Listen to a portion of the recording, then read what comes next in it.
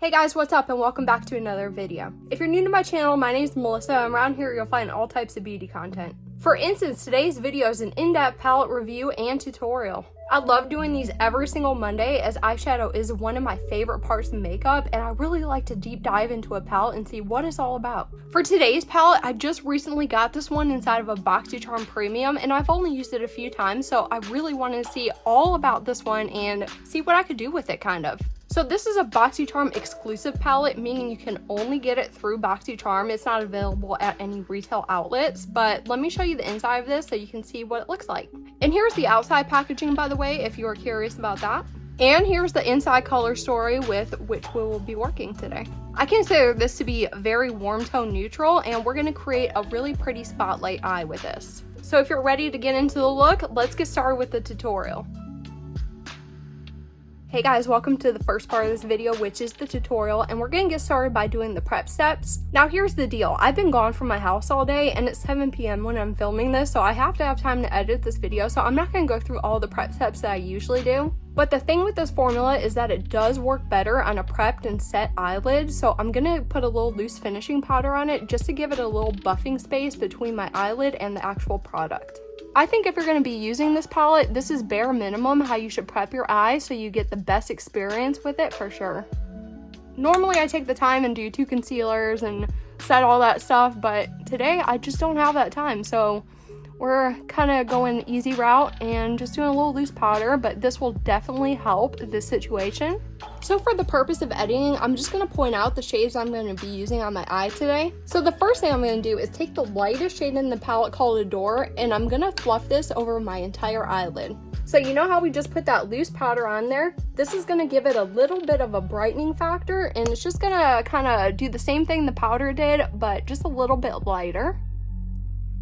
Now on that same brush, I'm going to go into this mid-tone brown called Delight right here. And we're going to start forming the outer part of the spotlight with this shade. So I'm just going to start fluffing this into my crease area and onto my lid. I really want this look to have more of a blown out effect more than a really structured look. So I'm using a larger, thicker brush than I normally would for this type of look. Now once I place the outer portion of the shadow, I'm going to do the same thing for the inner part of the crease.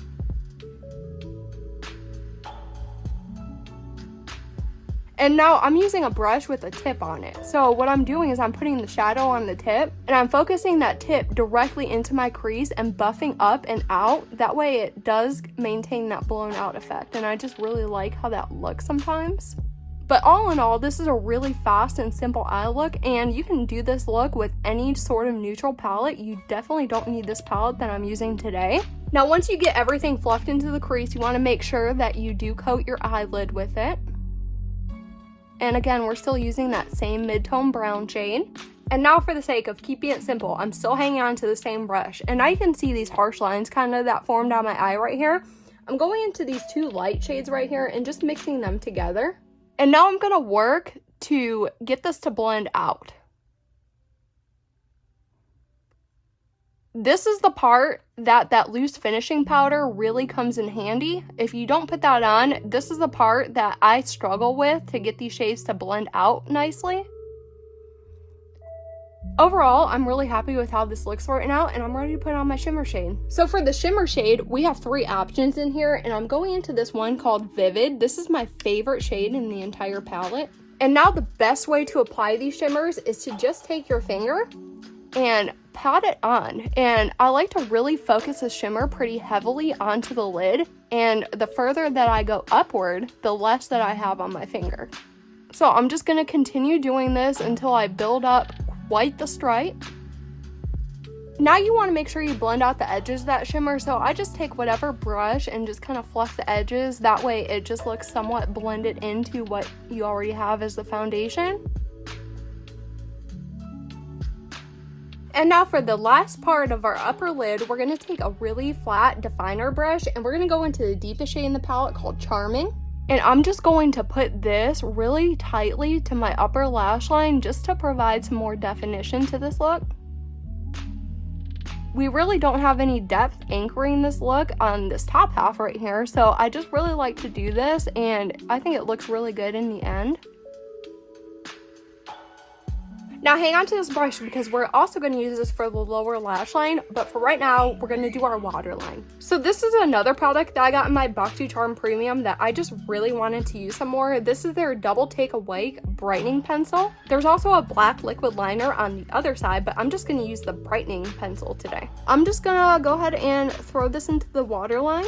I did do a mini wear test on this the other day, and I'll say it didn't wear the best on my watery eyes. It kind of faded over the course of the day, but I still really like the original impact of what it provides. Okay, so here's the waterline done. I know it looks bizarre without my eyes completely finished, but I think it looks cool. So again, I'm taking that flat definer brush and going into the deepest shade in the palette called Charming once again. And this time I'm gonna take this and run it very tightly to the lower lash line. And I'm taking this all the way into my inner corner.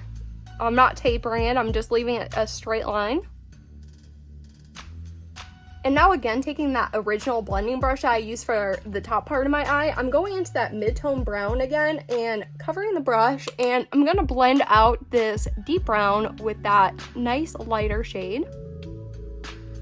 And lastly, I'm going to take this bright shade called Brilliant, and I'm just going to dust this into my inner corner and onto my brow bone.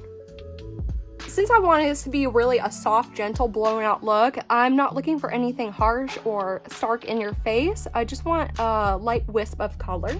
Now I'm going to put on some Artelli Beauty mascara. This is the one I've been using for this past month, and, you know, spoiler alert, I've really been enjoying it. I'm kind of just blazing through this mascara application because it's kind of getting to the point where it's time to take my makeup off anyway, so I'm sure you guys know the feeling. Mascara is like the hardest thing to take off. Mascara and eyeliner. Should I do some on the bottom? I think so. Okay guys, so here's the final finished look, and I must say that I'm just really happy with it. This is something very neutral, something everyday appropriate that doesn't take a million hours to do. And I see this as just workplace friendly, military friendly, just a very professional base look. And like I said, you can achieve this look using any warm tone neutral palette. You don't have to use the one that I used today. This is just the one that I wanted to test today. Any colors in this range are going to give you this effect. And these are the colors that I really go for just on the daily. Anytime that I'm not trying to sit there and think of a look that I'm really trying to focus on and create.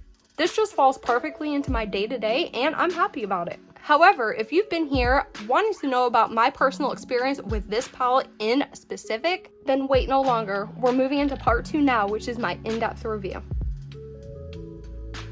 Hey guys, welcome to part 2 of this video, which is my in-depth review of this palette right here, which is from Tarte Cosmetics, and this is called the Sunrise Amazonian Clay Eyeshadow Palette. So you know, the first thing I always like to talk about is the palette's packaging, and if you're just looking at this, the packaging isn't very exciting, and I don't think it's the best representation of the brand itself. It doesn't really give me anything about the color story that you could expect to find within, and it doesn't really give me anything about the brand. However, I do enjoy that it's a plastic casing packaging because these do a really good job of protecting the fragile shadows inside. To open this up, you do have one of the plastic clasps, and I do think it's easy to open, so if you have any dexterity concerns, I don't think you're going to have any problems with this. And opening it up, you're going to find a very nice large size mirror inside. And here's your warm neutral color story. You're getting 9 different shades in here, each coming in at 1.5 grams each. So that's above the average amount of shadow per pan. So looking at this layout, you're getting 6 mattes and 3 shimmers. So this palette is 67% matte heavy. So if you love a matte heavy palette, or if you like a well-balanced palette, that's definitely a pro of this one in particular.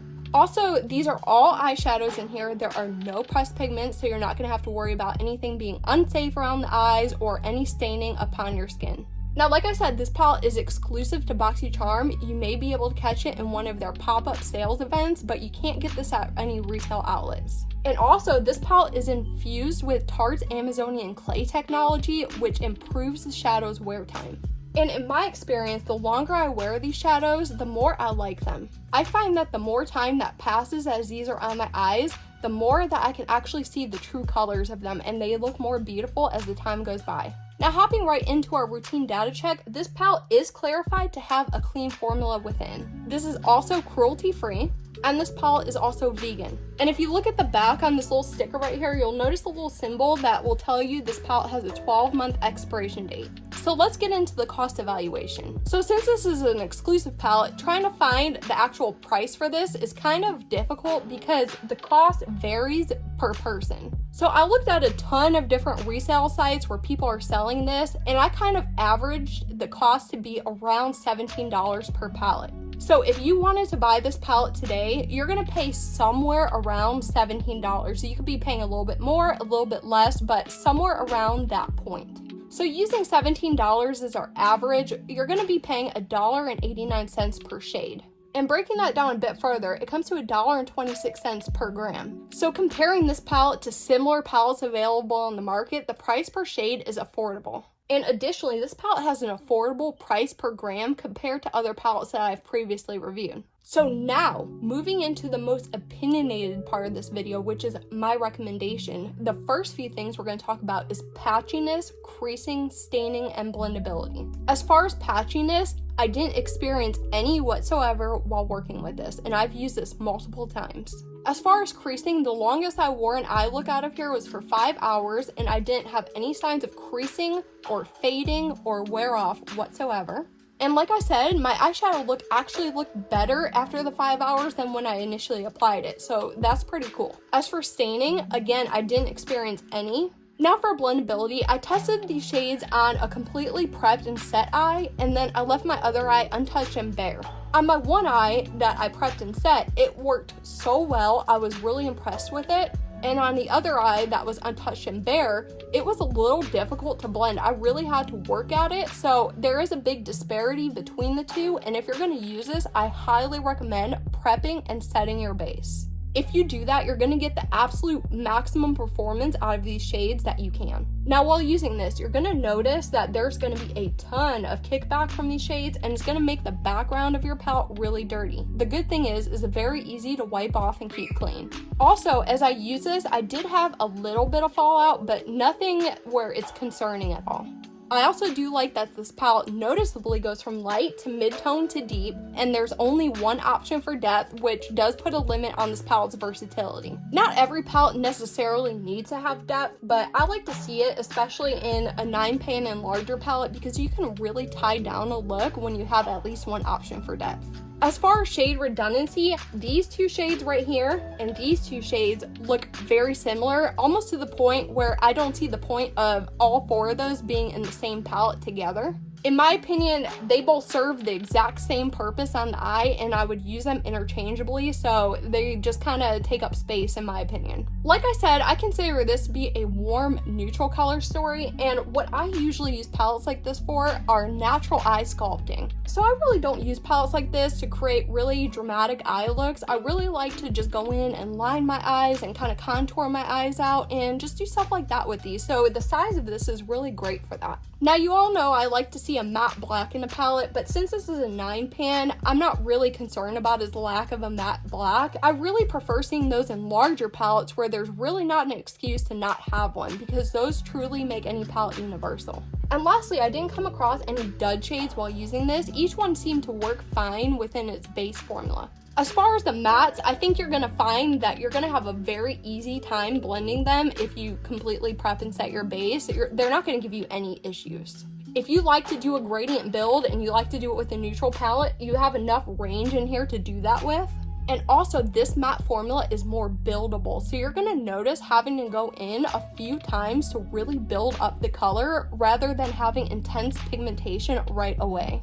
Formulas like this can definitely be a lot more easier to manage and control in lieu of the directly pigmented ones. As far as the shimmer shades in here, these two shades feel completely different than this shimmer shade. I'm not sure why that is, because they all 3 apply the same, but this one feels very cream-like in nature, and these two feel a lot stiffer and drier. Also, these 3 shades are not the easiest shiny shades to work with. I've tried a lot more user-friendly shades, but these are just okay. I know Tarte just recently released a new formula where it's shimmer, metallic, crazy foil colors, and this is not that. These three are very basic shimmers, very reminiscent of old Tarte, what you would expect in any of the Tarte lip palettes. Also, these shimmers in here have very tiny loose mica particles in there, and those tend to get all over your face throughout the course of the day, so I just want to mention that. And lastly, I attempted all application methods with the shimmers. I used my finger, a damp brush, and a dry brush. And if you want to use these shimmers,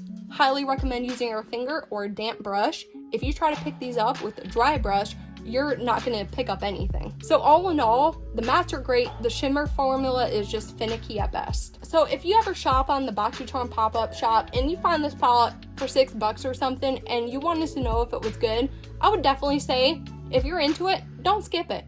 And of course, I have 3 reasons why I say that. First, I love the fact that you have everything that you need in one palette. You have your highlighting shades, you have your sculpting shades, and you have your depth anchor. You can easily create an entire look with this without having to dip into another palette or use any other products to finalize your look. This gives you everything you need, 9 shades, and you're done. My second reason is, again, this wears really well over time. So if you have a problem with your eyeshadow consistently breaking up the longer you wear it, try the Tarte Amazonian Clay formula. If not this palette, try one of their other infused formulas. I would go as far as to say if you have excessively oily eyelids, this would be prime #1 eyeshadow formula for you because this is not going anywhere. I think it's a very interesting formula and I do see why it's so unique. And my third reason is this color story is going to give you very gentle, subtle, everyday looks. So if you're just not into the bizarre eye looks and you don't want to sit there for 2 hours every day trying to think of what you can do with all these rainbow palettes, if you want something that's just one and done, this palette is going to give it to you. There's really no limit to what you can do with the warm neutral color story. It's just all in the eye of the beholder. So yeah guys, as I rated this palette for this week, I gave it a B. I have some formulas in my collection that cannot be beat and I wouldn't give them up for anything, and this palette just didn't make it to that category. But I do like it, I enjoy it, I'm going to continue using it, and I like the looks that I get out of it. So that is all for today's video. I hope you enjoyed it and found it helpful. And if you did like it, please give me a thumbs up, or if you didn't like it, hit that thumbs down button. And until next time, bye!